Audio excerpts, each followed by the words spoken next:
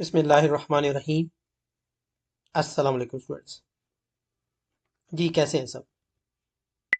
मैं अल्लाह से आपकी लंबी ईमान और सेहत वाली ज़िंदगी की दुआ करता हूँ। जैसा कि आपको मालूम है, फाइनल टर्म बिल्कुल नज़दीक है। आज 10 जनवरी है, आलमोस्ट 15 दिन बाकी हैं। 26 जनवरी से आपके फाइनल टर्म का आगाज़ हो रहा है।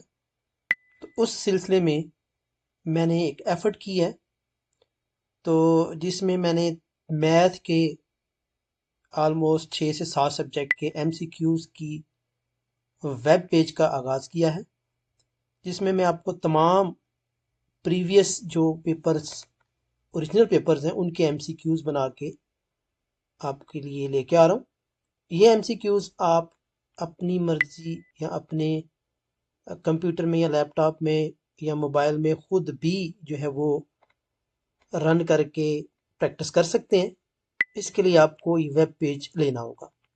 ठीक है, ये वेब पेज मैंने तमाम सब्जेक्ट मैथ के जो इम्पोर्टेंट हैं, लाइक 601, 603, 501, 301, 202, 201, इस तरह के तमाम सब्जेक्ट के मैंने वेब पेज बना दिए हुए हैं। इन वेब पेज की इम्पोर्टेंस ये है कि इसमें आपको रेफरेंस भी दिया होगा हर क्वेश्चन का, पेज नंबर भी दिया होगा नीचे। ठीक है, और मैं कोशिश करूंगा कि तमाम एमसीक्यू जो हैं वो आपको समझा के फिर जो है वो आगे बढ़ूं। तो आगे बढ़ने से पहले आपसे रिक्वेस्ट है कि चैनल को सब्सक्राइब कर लीजिएगा। इस वेब पेज में आप नेक्स्ट क्वेश्चन कर सकते हैं अगर आपको समझ नहीं आती। साउंड भी मैंने दी हुई है, तो साउंड को भी आप बंद कर सकते हैं। ठीक है, प्रीवियस क्वेश्चन पे भी जा सकते हैं। जब आपका ये ख़त्म हो जाए तो आप इसको फिनिश कर सकते हैं। तो दूसरी इसकी खसूसियत ये है इस वेब पेज की, कि इससे आपको इससे रिलेटेड तमाम जो क्वेश्चन होंगे ना, एमसीक्यूज जो बन सकते हैं पेपर में, वो भी समझ आ जाएंगे, क्योंकि ये मैं पूरा डायग्राम के साथ रेफरेंस के साथ ही सारे लेके आ रहा हूँ। ठीक है, चलें जी स्टार्ट करते हैं।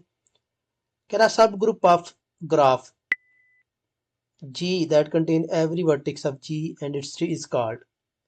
कह रहा है कि अगर हर एवरी वर्टेक्स ऑफ G, तमाम ग्रुप का वर्टेक्स मौजूद है सब ग्रुप में, तो उसको हम क्या बोलते हैं? वो आपका स्पैनिंग ट्री होता है।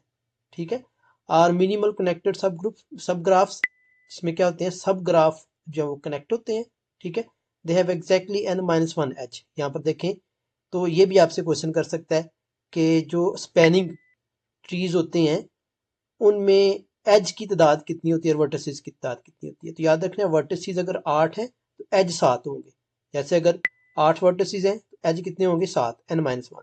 ठीक है, तो कंटेन नो साइकिल, और साइकिल भी नहीं होता।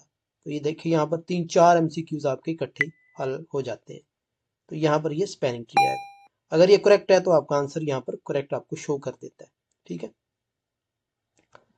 नेक्स्ट है जी, a vertex of degree greater than 1।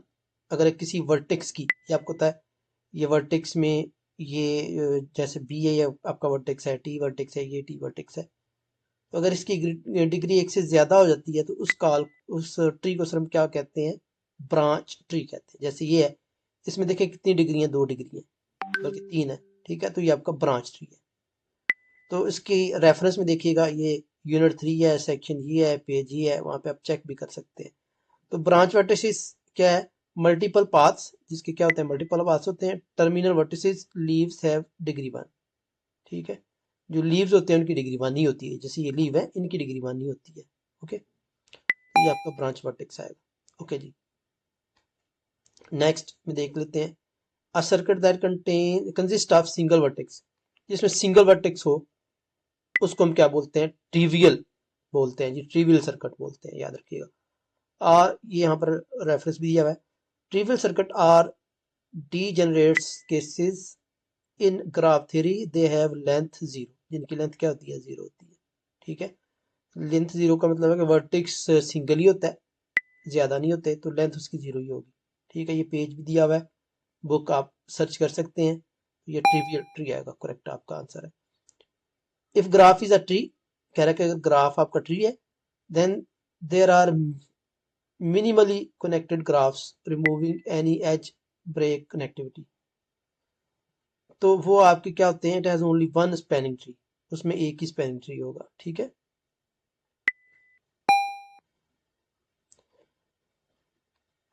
The logical expression P R Q will be read as, ये तो सिंपल सा है, इसमें आपने जस्ट इसको ये बताना है कि इसका मीनिंग क्या है, तो इसको हम आर पढ़ते हैं, पी आर क्यू, ठीक है। एंड से भी पूछा जा सकता है, इसी तरह आपसे ये टेबल भी बना के पूछ सकता है कि इसका आर बनाएं, रिजल्ट भी पूछ सकता है। तो ये डिफरेंट सिचुएशन या डिफरेंट एमसीक्यूज से बन सकते हैं, ठीक है। आर आपको बनाना आना चाहिए। आर कैसे बनता है, कोई एक भी ट्रू होगा तो ये ट्रू हो जाता है, जैसे अगर ये दोनों फॉल्स हैं तब ये फॉल्स होगा, अदरवाइज ट्रू होगा, ठीक है। तो ये आपका पी आर क्यू आएगा। If P is equal to आई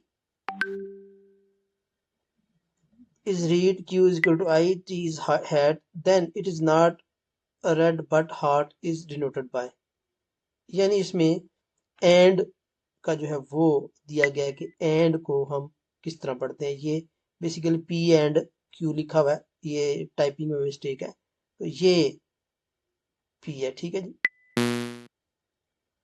नहीं सॉरी, नॉट है, इसमें नॉट आएगा, क्योंकि इसने यहाँ पर मैं आपको पहले बता चुका हूँ कि हैड का उसने दे दिया हुआ है, तो नॉट है। तो बेसिकली ये उर्दू में सॉरी इंग्लिश में लिखा हुआ है राइटिंग में, तो ये एंड पी है, sorry not P and Q है, ठीक है। ये आपका आंसर है।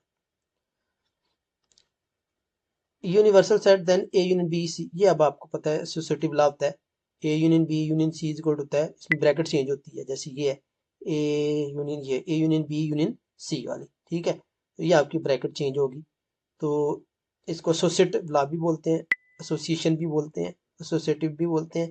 तो ये डिफरेंट तरीकों से आपसे क्वेश्चन कर सकता है, यानी ये आपको दे सकता है कि ये चीज़ इसके बराबर है, तो ये बताएं कौन सा लॉ है, तो एसोसिएटिव लॉ है। एसोसिएटिव लॉ में ब्रैकेट जस्ट चेंज होती है, ठीक है जी। ये ब्रैकेट पहले दो में थी, इसमें ये नेक्स्ट दो में आ जाती है। The power set of a set of all subset of A and is denoted by P A, तो ये ट्रू है कि फॉल्स है, तो बिल्कुल ट्रू है, पी ए से डिनोट करते हैं।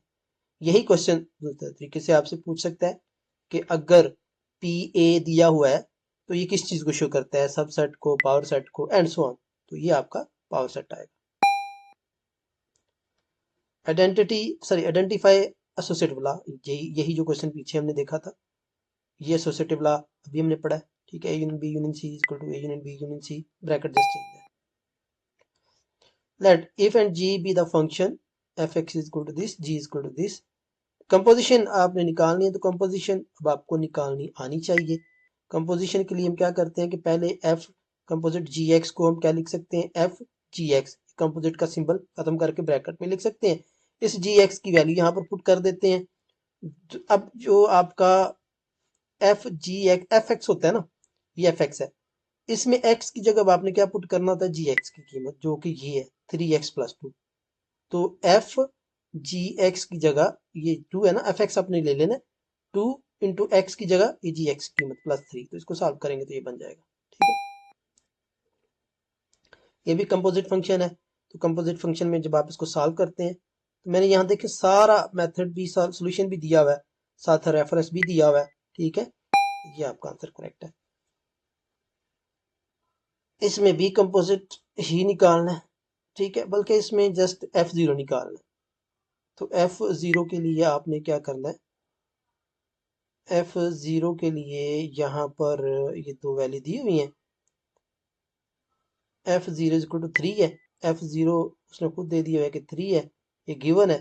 तो F ये है, 2fx प्लस ये है, तो जब आप इसकी वैल्यू निकालते हैं ना F1 पे, बेसिकली F1 पूछा हुआ था, ये इसने कल यहाँ टाइप कर दिया हुआ है, तो ये F1 आपने बेसिकली फाइंड आउट करना है। तो F1 के लिए जस्ट x की जगह 1 पुट, सॉरी x की जगह यहाँ पर चूंकि 0 पुट करेंगे तो 1 आएगा ना, तो यहाँ 0 पुट करेंगे x की जगह, तो ये आपका हल करने के बाद ये आंसर आ जाता है, जो कि 9 बनता है। If 1 2 3 4 is equal to for integer then P के बताना सिंपल सी बात है, जस्ट आपने एन की जगह पी के पुट कर देना, सॉरी एन की जगह के पुट कर देंगे, जिधर जिधर एन है वहां पर के रख देंगे, नथिंग एल्स, ओके। इन मैथमेटिकल इंडक्शन इंडक्टिव स्टेप पहले आपका बेसिक स्टेप होता है, तो इंडक्टिव स्टेप अगले दो होते हैं, पी क्यू और पी के plus one.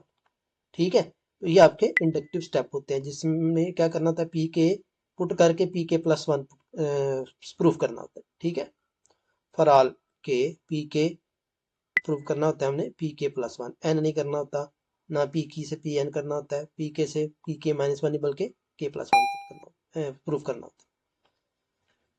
P x is called statement और प्रोपोजिशन। तो P x is called statement जो होती है उसको हम क्या बोलते हैं, प्रोपोजिशन बोलते हैं, सिंपल सी बात है। ठीक है, कोई भी स्टेटमेंट उसको हम प्रोपोजिशन बोलते हैं। तो यही जस्ट उसने पूछा हुआ था।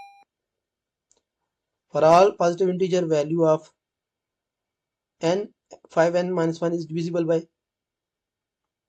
तो इसमें आपने चेक करना है कि ये किसका डिविजिबल है। ठीक है, पहले तो आपने n की जगह वन पुट करके देखना है। तो वन रखेंगे तो 5 की वन 5 आ जाएगा, माइनस वन करेंगे 4, तो ये 4 का डिविजिबल होगा। ठीक है, 4 आ रहा है ना, तो ये 4 ही का डिविजिबल बन जाता है। ये मैंने यहाँ पर बेस केस लेके इसको सॉल्व किया हुआ है। ठीक है, an integer n prime if and only if n greater than 1 and for all positive integer r and s if n r dot s then, यानी r dot s दो number है। ठीक है, तो आपने ये बताना है कि कब प्राइम होगा, जबकि n की कीमत ग्रेटर देन वन होनी चाहिए। n is equal to r cross s, then r is equal to one, s is equal to n, r is equal to n, s is equal to one. उस सूरत में ये जो है आपका prime होगा। यानी अगर आप आर वन रखते हैं तो एस टू रखते हैं, तो ये तो टू वन जार टू आ जाएगा। ठीक है, इसी तरह अगर आर वन रखते हैं तो जीरो आ जाएगा, आर टू रखते हैं थ्री सिक्स आ जाएगा, तो ये प्राइम नहीं होगा। ठीक है, तो प्राइम हमने देखना है तो वो अपना नन ऑफ दिस इसमें आएगा। क्वेश्चन रिमाइंडर थ्योरम बताना है आपने कौन सा है, तो ये आपका सिंपल सा क्वेश्चन रिमाइंडर थ्योरम है। जिस तरह अगर आप देखें डिवाइड करते हैं ना, अगर 6 को डिवाइड करते हैं 4 पे, 4 वन जार 4, तो ये 2 रिमाइंडर होता है। ये 2 रिमाइंडर जो है और ये ऊपर 1 जो है वो आपका क्वोशंट है, डिवाइडेंड है। ये तीन चीज़ें होती हैं, तो यही चीज़ यहाँ पर मेंशन की हुई है। ठीक है, ये रिमाइंडर है, ठीक है, ये क्वोशंट है, ये डिवाइडेंड है और ये n आपका जो है, तो ये आपका आएगा जी। The word refer to a step by step method. ये कौन सा वर्ड जो होता है जिसमें स्टेप बाय स्टेप चलते हैं, वो आपका एल्गोरिदम होता है। ठीक है, तो एल्गोरिदम की ये must be finite, definite, effective and have input output. तो ये भी आपसे पूछा जा सकता है कि इनपुट आउटपुट होनी चाहिए कि नहीं होनी चाहिए, ट्रू है फॉल्स है, उसमें भी आप ट्रू करेंगे। जीसीडी आप 27 और 72 का जीसीडी लेना है, तो ये बड़ा सिंपल सा काम है। 27 के पहले हमने देख लिए, तो 3 की पावर 3 बन जाता है, 72 का लिखेंगे तो ये बन जाएगा, तो 3 की पावर 2 इन दोनों में कॉमन आ जाएगा। ठीक है, तो यही आपका जीसीडी बन जाता है, तो ये 9 आएगा। In how many ways can a set of 5 letter be selected from an English alphabet? कह रहा है कि इंग्लिश अल्फ़ाबेट में कितने तरीके हैं कि 5 जो है लेटर वो बन जाए। तो ये बेसिकली आपका एनसीआर का फार्मूला लगेगा यहाँ पर। अब हमें पता है कि 26 टोटल लेटर होते हैं इंग्लिश के, और 5 के कम्बिनेशन से हमने इनकी तादाद देखनी है। तो एन इसको दूसरी तरह भी लिख सकते हैं, 26C5। ठीक है, तो ये एनसीआर आपका आ जाता है। If one event can occur in one way for each of n one way and second event in occur n two way, then the total number of ways, दो इवेंट है, total number बताने हैं, तो simple सा हम इनको multiply करेंगे। ठीक है,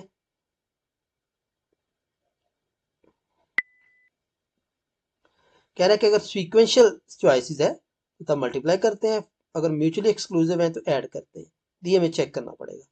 ठीक है, तो ये सीक्वेंस में है, ये पहला है, ये दूसरा है। इस सूरत में इसको हम क्या करेंगे, मल्टीप्लाई करेंगे। An arrangement of object without the consideration of order. अगर ऑर्डर आप नहीं देखते तो वो आपका कम्बिनेशन कहलाएगा। ठीक है, लेकिन ऑर्डर का ख्याल रखते हैं तो वो परमुटेशन कहलाएगा। If the order does not matter and repetition is allowed then total number of ways for selecting K sample, ये आपकी बुक में दिया गया हुआ है, पेज दिया हुआ है मैंने। ठीक है, तो वो n+1 माइनस के और के आ जाएगा। तो ये आपने याद रखना है जब आपकी रिपीटिशन अलाउड हो, ठीक है, और ऑर्डर मैटर ना करे।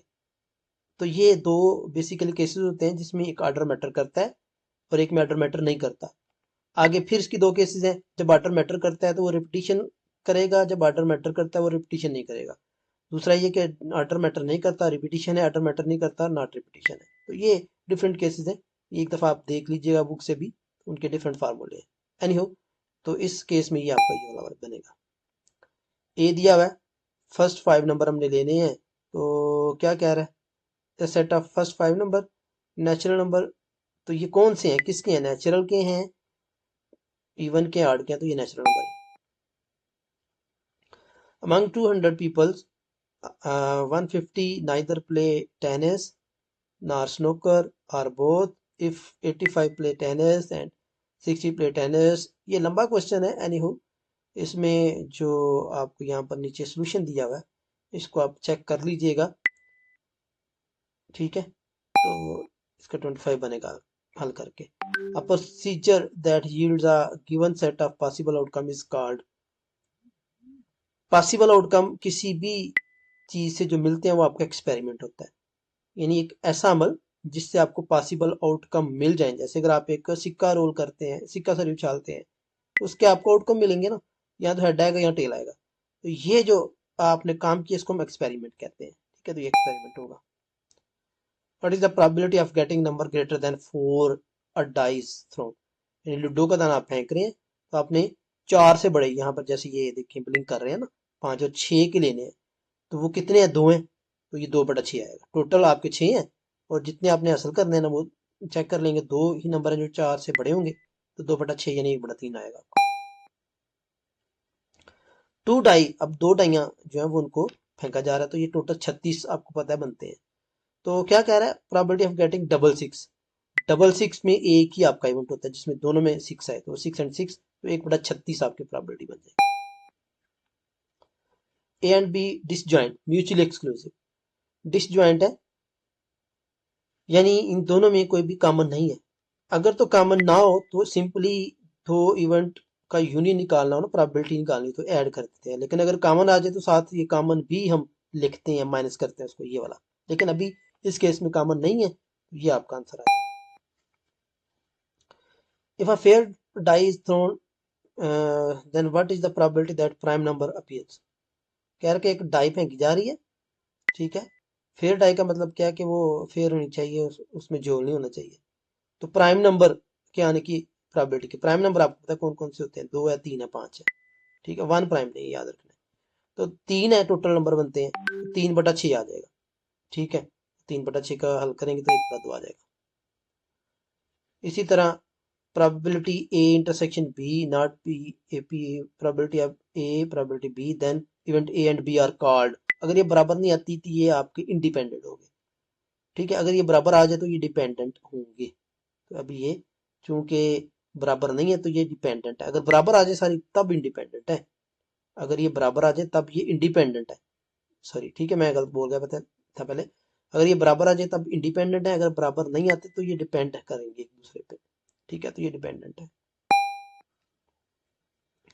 How many vertices will the graph have if it contains 16 edge and all vertices of degree 2।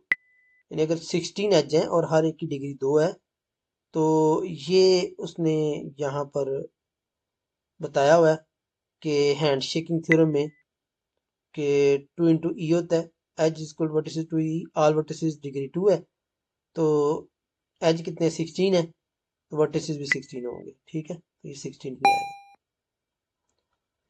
If a graph has any vertex of degree 3 then, ये अब आइलर थ्योरम आ जाता है कि अगर डिग्री 3 है तो भी आपको यहाँ से भी आपको पता चल जाता है कि ये डिग्री 3 वाला कौन सा थ्योरम है। तो वो भी पेपर में आप एमसीक्यूज बन सकते हैं, कौन सा है, हैंड शेकिंग, आइलर, एटसेट्रा। ये आपका आइलर है, it does not have Euler circuit. ठीक है, कह रहा है कि आइलर के लिए इवन डिग्री चाहिए, लेकिन यहाँ पर डिग्री 3 है, तो प्रिवेंट आइलर सर्किट, तो ये आइलर सर्किट नहीं होगा। ठीक है, the Hamiltonian circuit the following graph is, Hamiltonian circuit क्या था, visits each vertex exactly one, यानी हर वर्टेक्स को एक दफा ही विजिट करते हैं इसमें। ये जैसे ये है, फिर ये है, ठीक है, फिर ये है, फिर ये है, ये है, ये इस तरह, यानी एक दफा ही अगर आप करें तो ये हैमिल्टनियन सर्किट बन जाता है। ठीक है, तो जिस तरह ये इसने दिया भी है इसका सीक्वेंस ABCDEFGHA, यानी ए, फिर उसके बाद बी, सी, फिर उसके बाद डी है, यानी ये ग्राफ में आप चेक कर लीजिएगा, बुक के पेज 180 पे भी ये दिया हुआ है, तो वहां से भी आप चेक कर सकते हैं। सॉरी, ये अभी ख़त्म नहीं करना था मैंने।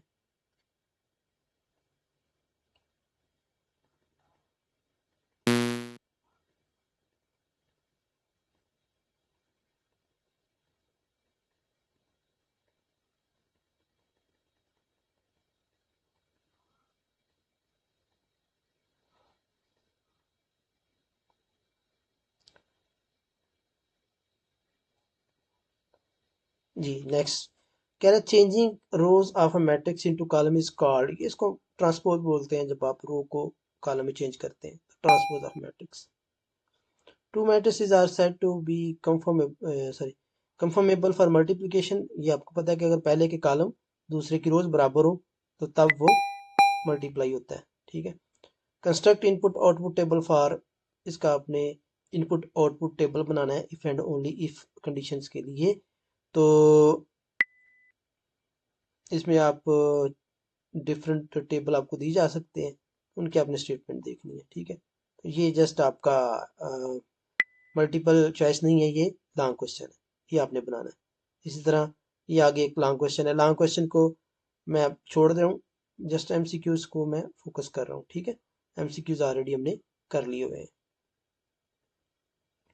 चलें, ये आपके लिए मैं चला देता हूँ, इसको देख लीजिएगा कौन कौन से आपके लॉन्ग क्वेश्चन है।